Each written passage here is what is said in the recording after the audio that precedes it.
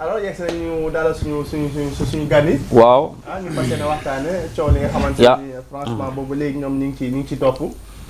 waaw ñu dalal leen. comme ni nga ko waxee rek coow li yàgg na parce que ku ci mel ni sama paa bu ñaawul bi daaw mu ngoon DTV ren itam def nañu conférence de presse bu mag fi nga xamante ne moom mooy ci Tivaouane Peulh Apix ba ci tali ba fees dell macha allah marché bi xam naa lien bi boo ko envoyé kii dina ko jël en illustration mu doon loo xamante Apix yëpp a génn gis naa ay mère de famille yoo xam ne dañuy wax bay yuuxu bay xaacu kon tey bu ñu demee ba maire yoon di yuuxu di xaacu bëgg a rey seen bopp askan dama seen doom yi seen jeunes yi nga xamante ñoom ñoo fa nekk paa yi nag desuñ ci ginnaaw gis nañ fa ay imam xam nga ay autorité gis naa fa ki nga xamante ne ndeysaan mooy MASS ak yeneen yoo xamante ne pour seen intérêt pas seen intérêt bopp mais pour seen intérêt avenir u doom wala avenir sët moo tax ñuy xeex bu fekkee yéen ñàkkoo leen fi nga xam ne moom ngeen dëkkaat bu fekkee seen soxna yi itam amaana naka su dund mais da ngeen di xeex pour seen sët pour seen doom ëllëg ñu mën a am foo xamante ne assise bu toog lay doon pour boo léegi gars yi bu ñëw ñu ne suñu këyit a ngi nii boobu ba léegi état bi lan la maanaam dem ngeen tribunal ngeen am na fu ngeen demee woon tribunal gagné ak affaire noonu tey boo ñu doo revenir problème essentiel Apix dëgg lan la pour ñu am dans le but. waaw remercier waale ci opportunité bi parce que plateau moom buñ la ko joxee vraiment kooku ñun rek la war a gërëm quoi. actuellement avec dëkk bi nu mu demee. yéen kaddu yi am na foo xam ne yéen a ko mën a yegale. ñu leen ciy jaajëfal bu baax. waaw mbir mi soo gisee mooy vraiment du woon mbébétu Apix parce que aussi bi ñu koy jox. ñu jëluñ ci autoroute à péage bi. aussi maître Abdoulaye doon mais dañoo ñëw xamal nañu ne projet bi Sénégal moo ko yitteeku te vraiment comme nit ñi dañ ci war a jaar yu dem muy ñëw muy autoroute à péage mu nekk projet boo xam ne d'envergure internationale. ñu ne kon ñun amul problème en tant que citoyen sénégalais. ñun ak suñuy njaboot rek ñëpp loolu c'est une vision. bu war amoon ñu ne donc lu ñun ñooy freiner projet boobu. nañ ànd ak Sénégal ñu jàppale leen en tant que patriote en tant que citoyen sénégalais. ñu dëkkoon foofu aussi parce que aussi bi ñu fay ñëw déménagement la woon parce que on habitait juste biir Dakar. fu mel ni par exemple fi ñu def comment dirais-je la place du souvenir. ay Kennedy ñun foofu la ñu nekkoon ak maison du parti socialiste. la ñuy élagué yóbbu ñu foofu. ñu dem foofu aussi vraiment ñu def ko mu def titre foncier yenn côté yi nekk titre foncier ñu élagué jox ñëw ñu dëkk foofu si dëkk bu jaar yoon. mais bi ñu demee ci biir jamonoy dox ba war di ñëw au pouvoir xam ne lii dafa nekk pour intérêt Sénégal ñu ne nañ ko def pour intérêt Sénégal ñun aussi ñu joxe suñu affaire. tubaab bi tuddee ko expropriation involontaire. tubaab bi ñëw ne moom soxla na nañ ko joxe ci nii ak ci nii ñu d'accord ci loolu. ñu créé benn téere bu ñuy wax le PAR le plan d'action et de réinstallation. mu nekk par exemple loo xam ne moom moo ñu tënk ñun ak Banque mondiale ak État du Sénégal parce que Banque mondiale moom moo nekk ki nga xam ne mooy supervisé moom moo ñuy jox. ci la ñu désaffecté 165 hectares. Tivaouane Peulh. ñu aménagé les 92 hectares. def ko par exemple lotissé ko à hauteur de 2039 maisons moo tax ñuy wax CITA 2039. ça c'est un message. ok parce que 2039 parcelle à usage d'habitation la. mais ci kaw loolu dafa am infrastructure yoo xam dañu manqué woon. muy ay école ay espace de jeux et de loisirs. tubaab bi defal lépp plan bi Europe lañu ko defaree indi ko fi. macha allah. acté ko teg ko Banque mondiale di ko surveiller ba pare di accompagner parce que expropriation la. en même temps accompagner les impactés. mais wax dafa noonu comme gars yi am na gars yi xam dañu ko dans les bas-fonds mu am taw dañ leen yóbbu foofu. ñu ne aussi loolu dafa laaj accompagnement ci kaw loolu Banque mondiale ne moom mooy superviser projet bi. te aussi nañu procéder à la sécurisation foncière. mooy fii ñu ne ko am ñoo seen kii dafa xawoon am kii mu ne léegi nañu leen defal kii yoo xam ne vraiment dañu am droit sur le sol. loolu moo ni par exemple ñoom ñu acté le droit de superficie. dafa dépassé bàyyi. d'accord. waaw dafa ne bu ko defee bàyyi gars yi mën nañu dugal bàyyi. xam nga damay ñëw sa joog yenn espace yi. mu tëb état boobu indi ñu droit de superficie. bi ñu indi le droit de superficie boobu da ngay am teg am yoo xam ne da nga koy fay 88 500 ay timbre la. loolu benn yoon nga koy fay dans ta vie. soo ko jëlee foofu bu ko yóbbu titre foncier 600 francs ngay fay ñu defal la ko titre foncier. téeméer ak ñaar fukk. ñu dem ñu jox ñu 2039 maison bi ñu demee biir ba ay 2019 parce que réinstallation mu ngi commencé woon 2013. bi ñu demee ba 2019 ñu ne léegi dañuy joxe le premier acte. fekk gars yi ñoom jot nañoo génn ay bail si espace yoo xam ne ñun ñëpp ñoo ko moom muy impacté yi. parce que site bi dañu ko def ba pare réservé ko exclusivement aux impactés. parce que état da ko désaffecté ba pare jël ko jox ko APIX. APIX nekk mooy agence bi nga xam ne moom moo géré loolu mais APIX moom rek moo am l'attitude ne caporal. waaw dañ ko délogé defaral leen ko këyit. mais ñoom amuñu sañ-sañ ñu jël nit di ko joxal këyit ñoom il agit sur les instructions de l'APIX. donc APIX c'est la maison mère. ñu dem ba ci biir impôt yi domaine jël ay këyit jox ko ay nit yoo xam ne ils se font appeler les nouveaux acquéreurs de la cité APIX. jël espace yi nga xam ne par exemple public la nga xam ne par exemple ay espace vert la ak ay écoles dédiées ñu daggatee ko def ko ay parcelles à titre d'habitation individuelle te ils sont pas liés par le projet. parce que projet bi képp ku nekkul un impacté qu'on appelle les PAP personnes affectées par le projet amoo droit am foofu benn lotion de terre même le président de la République ce n'est pas l'objet de déplacement mënu fa am accès. donc loolu mooy site accès bi ñu ne non ñun projet bi ñu jaayoon lii ak lii la pourquoi mu am ay des nouveaux acquéreurs qui viennent avec des baux sur un site boo xam ne le baux le bail n'est pas légal c'est ça on dit les baux c'est des baux illégaux mais malheureusement on a vu que y a des autorités étatiques ay gouverneurs yu ko signé ak waa impôts et domaines. donc on s'est dit que l'État a regardé certains fonctionnaires véreux ñu am benn pouvoir di ko def fu nga xam ne fii c'est pas du seen compétence ñun on a alerté l'État pour dire que ça c'est une irrégularité il faut que l'État bi règle loolu. bi ñëwee ba si biir ñun espace yoo xam ne par exemple espace public la ñu ne ñun nañu dajaloo xool nu ñu koy aménager on a sorti de nos poches commencé def ay bancs def ay garab commencé aménager ces espaces. gis naa ñoom ils nous ont attaqué en justice. ba pare clôturer ko quoi pour sécuriser ko. pour sécuriser ko. parce que la nature a horreur du vide. bi ñu defee loolu aussi ñu dem y avait l'ancien régime moo ko defoon parce que wax dama joxoon ci service protéger ko mais quand le régime du président Macky Sall est venu ci la gars yi commencé def loolu caxatee les espaces là mais heureusement bi ñu taxee créer le collectif que je dis mooy le comité intérieur cité APIX qui regroupe les 4 quartiers. ci la ñu dem ñu gis Abdoulaye Baldé qui était l'ancien DG de l'APIX. APIX SA. APIX SA. bi ñu demee ñu expliqué ko programme mu ne effectivement gars yi amuñu fa droit dara mais je sais que ça c'est les impôts qui l'ont fait mais ñun en tant qu'APIX on va prendre le combat là à bras le corps ñoo koy défendre. boobu am na benn ancien procureur bu nekkoon cour correctionnelle bu Dakar nga monsieur Omar Sarr. un éminent juriste. mu woo ko mu ñëw mu ne ko le dossier là porté ko nga dem au niveau du tribunal nga plaider ko jël toute la documentation bi leen jox pouvoir bi ak décret yeeg yëpp Omar Sarr ñëw au niveau du parquet parce que ñoom dañu poursuivre au niveau de la cour correctionnelle pour occupation illégale d'un terrain appartenant à autrui ay menaces de mort du n'importe quoi ce qu'ils ont dit. Omar Sarr est venu à la barre avec ces documents bi mu dëggee sax ñu ne APIX dafa ñëw pour comparaître le président bi mu gisee Omar Sarr dafa ne ko may président looy def fii ma ne ko man maa ngi APIX léegi je suis venu pour plaider le dossier. il a amené tout ce qu'il y a comme preuve tout ce qu'il y a comme li nga xam ne par exemple moom mooy leeral affaire bi mu plaider le dossier ba pare pour dire que yéen ñan ñoo leen jox ñun ñooy joxe te yéen joxuñu leen parce que bokku leen ci projet bi. vous ne figurez pas sur la base de données de base de données su fekkee da ngeen bokk ci projet bi ñëw leen ñu jox leen génne décret de transfert bi et tout ça jox ko le président bi mu paree président dafa ne ko je vous remercie monsieur le président dafa mel ni comme dafa am benn dëgg bu nekkoon sama bopp nga roccil ma ko et sur la base de ce projet là ñoom dañ leen débouté pour leur dire que vous n'avez rien là-bas. Prenez vos paquets ngeen dem ça c'était avec l'ancien régime. Malheureusement ñu toog ba heure bi avec le nouveau régime qui est là sur place parce que j'ai l'habitude de le dire dama ne affaire bi du woon élection c'était une révolution. Au premier tour 54% on a bouclé la boucle. amul fenn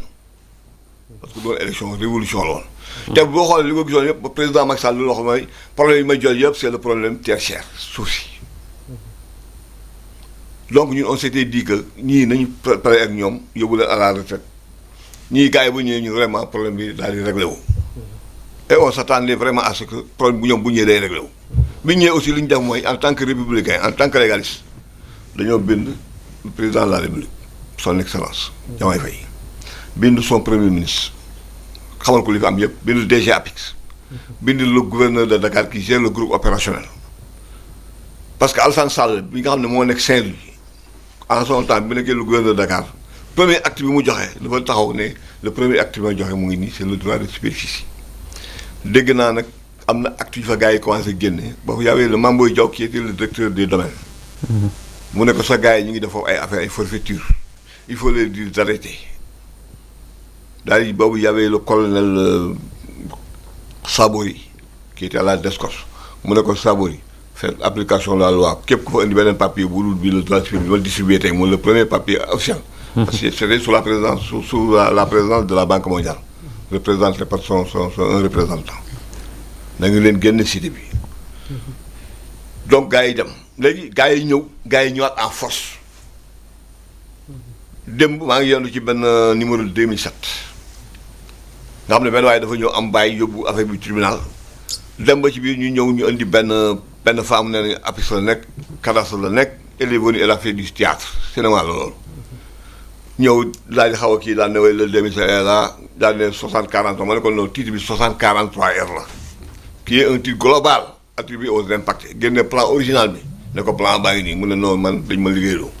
man ku la liggéeyloo mu ne waaw man fii amuloo droit yoo fii liggéey parce que le plan là ne touche pas le cadastre du Sénégal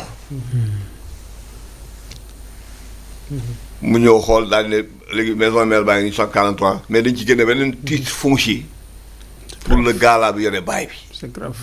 mais ça c'est grave donc l'heure est grave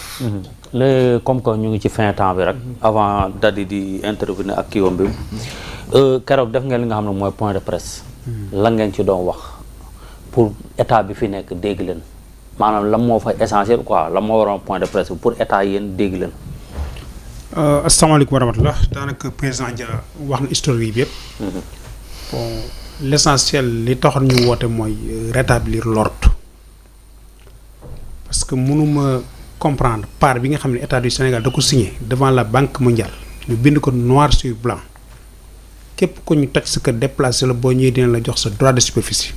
ñu ñëw 2025 ñu ñaan ay bàyyi fay génn c'est inadmissible. ok donc d'où viennent ces baux c'est la question dont je me pose. Il y a des agents dans l'administration véreux sont mentionné nag damay juum mais il y a certains parmi eux c'est des délinquants fonciers laa ne mën a tudde parce que nan la mën a amee benn plan directeur état du Sénégal signé ko avec ses partenaires la Banque mondiale ñu certifié ko yow nga ñëw tierce personne yoonam nekkul ci projet nga fexe ba génne ko fa bàyyi et puis plus grave ku ñu tojoon këram déplacé ko jox ko fa terrain nga jël terrain boobu activé ci bàyyi keneen xam ne yoonam nekkul ci projet bi laajul lenn lurul suñu droit de superficie moo nekkoon suñu message keroog parce que nag dañoo jox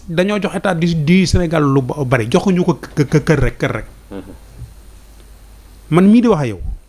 bi may ñëw kilomètre 16 boobu je n'avais que 1 an falaa fere sow ñu ngi jokkoon bàyyi gaynde fii HLM nekk ñu tuxal suñu waajur yi temps jamonoy Senghor li leen foofu bi may ñëw foofu boobu fereguma sow j'ai fait là-bas 55 ans 55 ans est-ce que état mën na ko fay xool li ma bàyyi ndax projet utilité publique man ak sama morom ak keneen ak keneen am na ay vieux yoo xam ne dee nañu actuellement stress moo leen yóbbu. Nous demandons vraiment au président Bassirou Diomaye Faye mu génne décret pour l'annulation de ces documents-là. moom rek moo ñu et puis je lance un appel aussi au gouverneur de la région de Dakar moom mooy le président groupe opérationnel lii na ci agir lu mu gën a gaawe parce que ça risque de faire mal te bombe la boo xam ne bis bu exploser kenn du nit ñun taxawuñu woon alerté en tant que délégué. Merci. Voilà. Alors mon question ma doon laaj rek parce que su ma dégloo tout à l'heure ne dem ngeen ci justice. Justice may leen dëgg. pour man bu justice may dëgg mooy tranché nañu. foofu kay amul sax lu ñuy wax. y a eu un appel bu am ci ñoom de l'autre côté ñu def appel parce que dañu boo demee première instance même bu la justice di bu am nga sañ-sañ defi appel.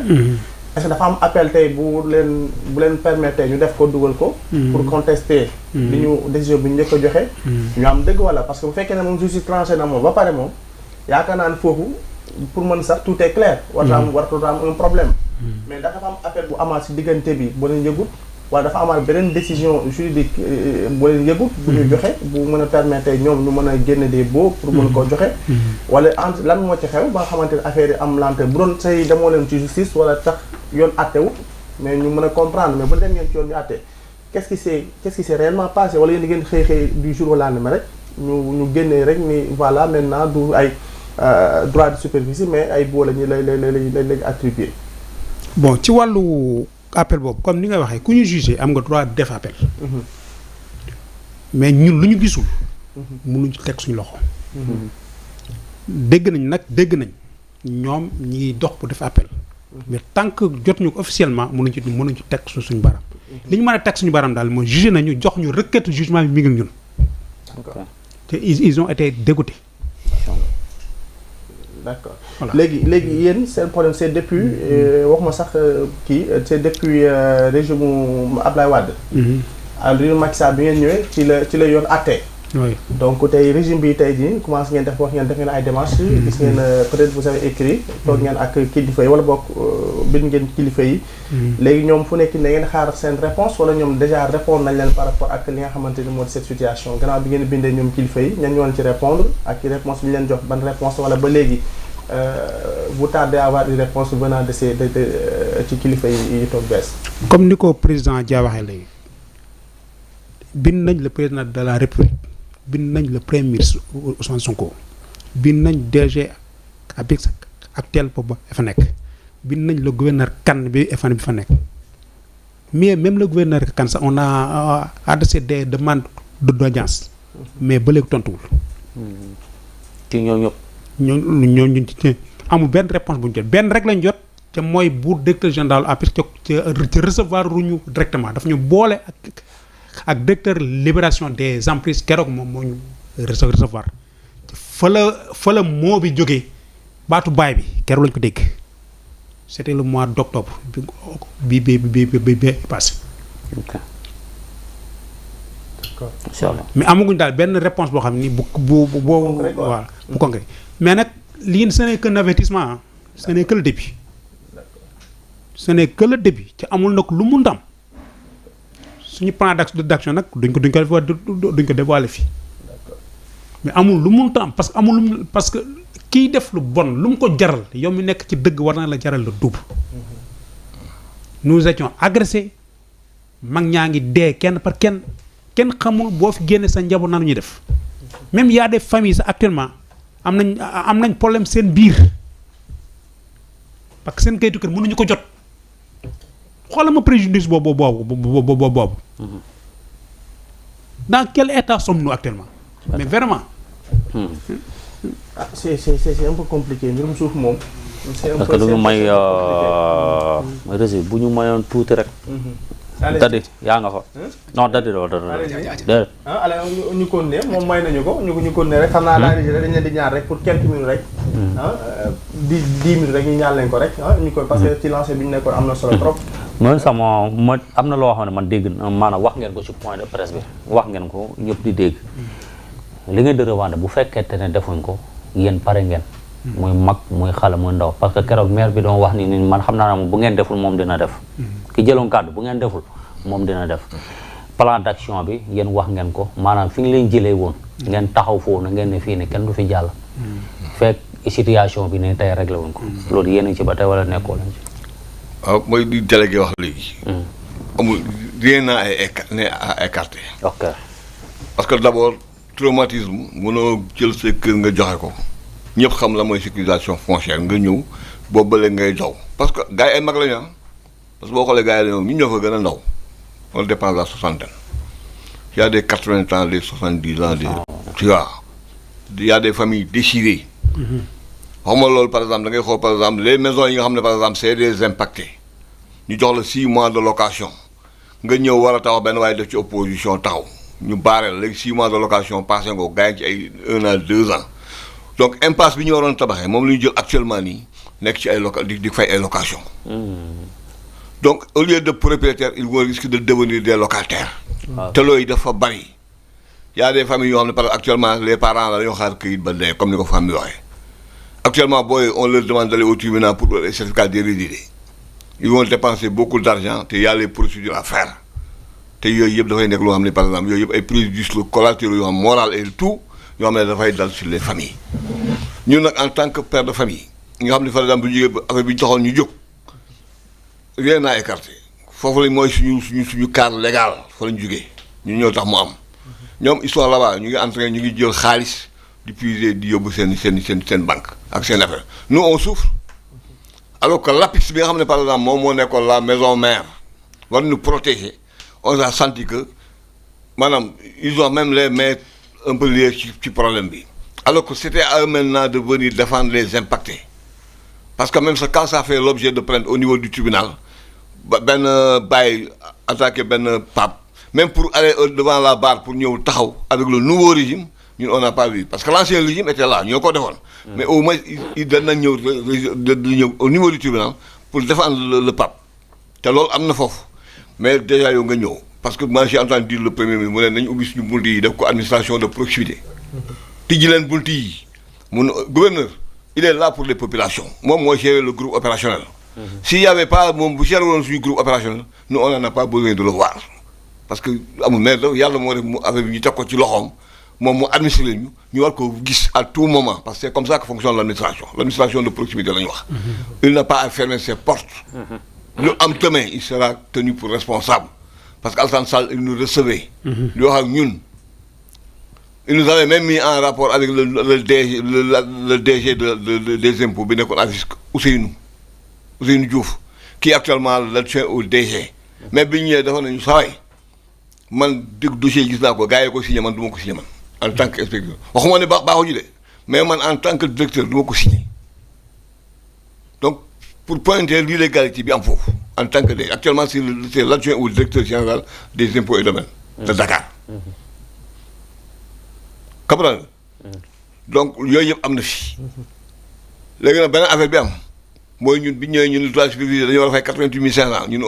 on a consenti pour fay ko gouvernement am na yu mu génnee 43 heures ba léegi gars yi ko mettre dans les tiroirs ça fait plus de 3 ans 4 ans c'est chose inadmissible administration cachée ak signature administration la warul jafe quand ils ont voulu prendre nos maisons ils l'ont fait à moins de 10 jours sommation 10 jours la ñu yox plus de 2000 maisons gars yi toj ko raser ko en une semaine mu nekk espace vide ñu ñëw gars yi commencé a teg seen i tali ñun 15 ans pour ay kayit administration moom signature ñun moom la ñuy fay 2000 familles 88 500 c'est combien de milliards l'état actuel là a besoin d'argent lu ñu woon nit ñi ñu dem fay ko ñu dugg remplir les caisses de l'état les gens sont dans les dispositions pour payer qu'est-ce qu'ils empêchent parce qu'ils ont mis là-bas du faux et ils sont complices parce qu'il y a des gouverneurs qui sont et puis actuellement dans le palais parce que dañu leen defal promotion des inspecteurs des impôts yoo xam ni ils ont fait ça de manière délibérée on les met comme conseillers du directeur général des impôts on les connaît ils sont là c'est eux qui ont créé ces forfaitures là il faut que ça soit clair c'est des Sénégalais comme nous avons servi l'État nous avons été dans la fonction publique on a servi plus de 4 ans dans l'administration nous sommes des fonctionnaires d'État on a sorti avec des diplômes d'État dans cette administration là il faut que ça soit très clair on est dans le renseignement on connaît ce qui se passe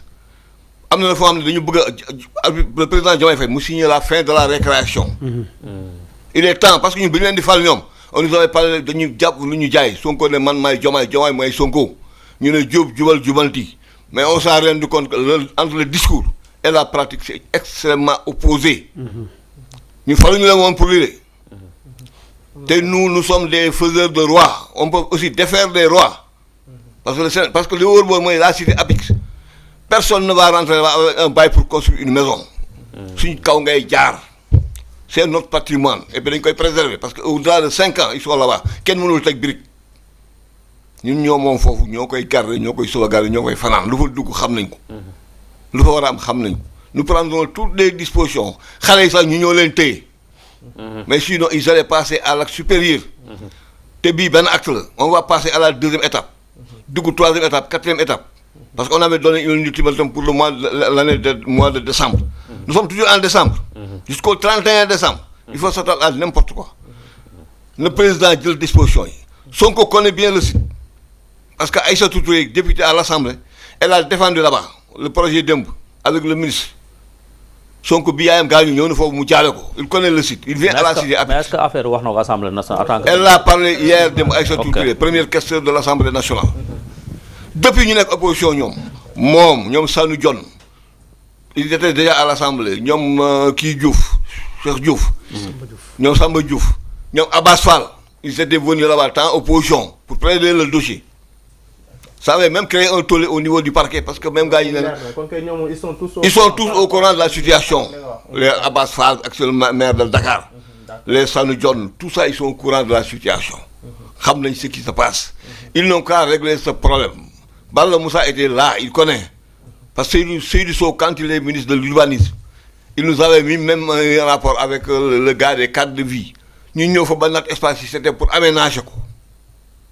parce que la destination c'était pour des espaces publics mais ci kaw loolu quelque temps lañ def mu am l'alternance c'est ça qui a motivé que aménagement bu ñu am mais ils étaient dans les dispositions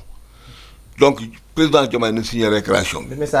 ñu def jubanti bi sinon li ñu waxoon nag wax dëgg yàlla ñun on s'est rendu compte que gars yi dañu jaay un produit indil ñu leneen lu nga xam ne xamuñu ko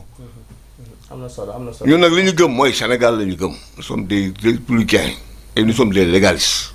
ñun gëmuñu gars yi de ñuy jaay benn produit ñu adhéré ci produit bu ñu gisul produit boobu non dañuy dindi étiquette boobu indi beneen étiquette te on est dans ces dispositions. macha allah am na solo li ñu naan li dugg ci nag bi xajandoowut ci cindi on aurait aimé gën a aborder le sujet mais peut-être nañu am occasion pour peut-être gën cee waxtaan peut-être un dernier mot def tour de table parce que sax temps bi ñu mayoon sax xaabaabal nañu ba jël 10 minutes alors peut-être pour dernier mot bi nga xamante ne peut-être mën ngeen koo passé ngeen nuyu waa aussi tamit ñi nga xamante ni bàyyi waaw sama dernier mooy d'abord li mu njëkk woon di leen remercier parce que vraiment jox ngeen ñu occasion boo xam ni yàkkamte woon nañ ko dinañ jox rek benn exemple pour won ni gars yi ay bandi lañu l'actuel CM APIX 2 sës ci maire bi moom bu bees waaw CM bees bi CM APIX 2 tëjee ko daaw joxoon nañ ko le frère de l'ex-président Macky Sall Aliou Sall moom lañ ko joxoon pour mu def fa école privée mooy bu mu yóbbu fa la te plan directeur bi c'est écrit noir sur blanc école publique ñu jox xam na kan moo ko jox mais dañoo jàkkaarloog moom xeex ak moom l'ex gouverneur comme ni ko ja waxee léegi moo jël responsabilité ni ko teel a vendredi mu ne ko wax samedi dimanche mu ne ko wax mu ne ko lundi moo fekk benn brique école boobu tey doomu Tivaouane Peulh yëpp fa la ñu jàng buñ seetaanoon est-ce que baadoola bi dina am fu mu dugal école kii fu mu dugal doomam les présidents Diomaye Faye ngir yàlla régler problème bi vous êtes le seul responsable boo xam ne yow laa yaakaar ni war nga mën a signer décret tey lii yem parce que c'est à l'intérêt de toute la population de Tivaouane Peulh. macha allah merci. macha allah am na solo mu nekkoon suñu bàyyi Ndongo Sall nekk porte-parole des délégués de à la zone de recasement et président des délégués de quartier bu Tivaouane Peulh ñu amoon mbégte dalal ko Amadou Lamine Diaw si président SICA comité inter-ILO cité APIX zone de recasement bu Tivaouane Peulh Kër Massar ñoo mën ñëw indi seen doléance boo xamante vraiment yàgg na allez-y. bon dernier mot Diomaye ñun décret lañ la jox dañoo jël plume bi ci Macky Sall jox la ko moom il a le pouvoir de prendre tout de suite un décret d'annulation. Ces gens-là, c'est l'État qui a commis cette forfaiture. L'État n'a qu'à assumer. L'État, c'est nous tous. Mais ci biir loolu y a des fonctionnaires qui dañ failli pour ñu servir l'État. Ils n'ont qu'à s'arrêter à leur prérogative et à la responsabilité. Président dañ lay demander fii solennellement c'est des pères de famille qui sont là ñun ñëpp dañoo dajale suñu famille jox la plume. Prends un décret d'annulation nga annuler boo yi bu ko defee ñoom ñu xam fan leen leen recaser foofu mais la cité APIX n'est pas leur place amuñu fa place parce que ils sont illégibles là-bas les baux là c'est des baux illégaux ay gouverneurs ñoo ko signé ak ay impôts et domaines des inspecteurs mais ça les engage on demande à ce que l'OFNAC ñëw def enquête sur ça ñu situer les responsabilités advienne que pourra c'est notre dernier mot mais aussi nous lançons toujours l'appel au président Diomaye ak son premier ministre Ousmane Sonko ñu jël les Aïssatou def na ci tout elle a plaidé ça depuis l'ancien régime jusqu'à maintenant elle mène le combat elle est à notre côté elle nous appuie sur plan matériel lépp lu mu amoon andi na ko foofu ci APIX bi pour le développement de la communauté Tivaouane Peulh APIX yàlla ko fa def c'est la capitale espace yi ñun doomu Tivaouane Peulh ñoo ko moom la mairie même est implantée dans l'APIX c'est pas un combat pour les APIXois seulement toute la école boobu ñu koy xeex avec Aliou Sall nous avons amené là-bas 2 camions mbër des grands lutteurs des gros bras mais dañoo jàkkaarloo ak ñoom aujourd'hui cette école là a été financée par la BAD à hauteur la banque agence française de développement AFD à hauteur de 250 millions équipement boo yaa ngi fay jàng tey doomu riverain ñëpp suñu doom yi fay jàngee donc quand on se bat c'est pour la communauté c'est un combat pour la communauté de Tivaouane Peulh APIX a valorisé et a désengorgé la zone. macha allah kon nañ ñëpp taxaw ñu xeexandoo lii. merci beaucoup alors Dari. waaw tey nag moom xanaa di ma dóor. waaye dama la fay ñaan rek. waaw sant rek waaw incha allah rabbi. waaw incha allah sant li nga waxtaan daa am solo. waaw mënta ñàkk nga tëj. waaw mënta ñàkk. li ñu naan boo amee ay gan. li sama papa doon wax Ibrahima Ndiaye ba amee xelal naan. gan moom des fois boo ko amee dina dem bu mujjee doon gang. waaw sama papa xam nga daa neex. yooyu lay def en tout cas maa ngi leen di kontaane bu baax a baax di nuyu sama benn xarit joueur international mu di Mamadou Mbacke Fall. nekk ci équipe Béo Barça bi maa ngi koy kontaane bu baax. sama xarit la joueur international nit ku yàlla baaxal. maa ngi koy nuyu bu baax di ko ziare di ko ñaanal yàlla defal ko tawfeex bu baax. di nuyu Idi sama grand la borom France maa ngi koy kontaane bu baax nit ku yàlla baaxal koo xam ne daf may woo di ma conseil naa ma defee lii waxeel nii de boo toogee ci télé del waxee nii boo nekkee rajo del defee nii yàlla sàmm la. incha allah. Akol Love sama xarit la Italie la jóge ñibbisi di ma ko nëbb. yàlla ñu daje. léegi nag sëriñ la ma doon bañ a jox far yàlla daje na Akol Love sama sëriñ jox ma ko yàlla sàmm la defal la tawfeex bu baax a baax ay ca di leen jox dig daje mercredi prochain incha allah am nañu 2 invités incha allah. Alaaji Caporal. waaw amoon naa mbégte àndoon na yow tey ci àllarba gi. waaw di santaat yàlla bu baax a baax di wax ne état bi itam nañu gëstu li nga xamante ne moom mooy APIX comprend maire Tivaouane Peulh ñàgg trop moom itam waru ci woon des ginnaaw moom moo waroon jiitu ci li nga xam ne moom mooy combat bi loolu mooy dëgg parce que mooy magistrat de la ville foofu nu ay famille am lañu ba mu doon campagne ñëw na foofu noonu comprend ba tax tey commune bi jox ko li nga xamante ne moom mooy maanaam dëkk bi jox ko li nga xamante ne moom mooy mairie bi comprend Tivaouane Peulh nag dañoo rafetlu li nga xam ne mooy maire loolu mooy dëgg mooy yoon am na ay projet yoo xamante ne dëkk yi fa nekk wala waa dëkk ba ñu si bëri d'accord ci projet yooyu te loolu noonu amul dara loo xamante ne feeñ nañ yow tey bu ñu leen woon kat mooy maire Tivaouane Peulh boo dajewoon mi doo xam am na ñu dëkk ci commune bu ñoo xamante ne bu ñu dajewoon maire bi bu ñu leen ne kii mooy maire da nga naan musuma koo xam kon mairie Tivaouane Peulh ñàgg Papis moom la soxna Diop nañuy jàppale li la wala ci dëkk bi nii élection yaa ngi ñëw de bu fi kenn taxawaat ci ñoom ñëpp ñi fi campagne bii passé bu fi kenn taxawaat naan da ngay campagne at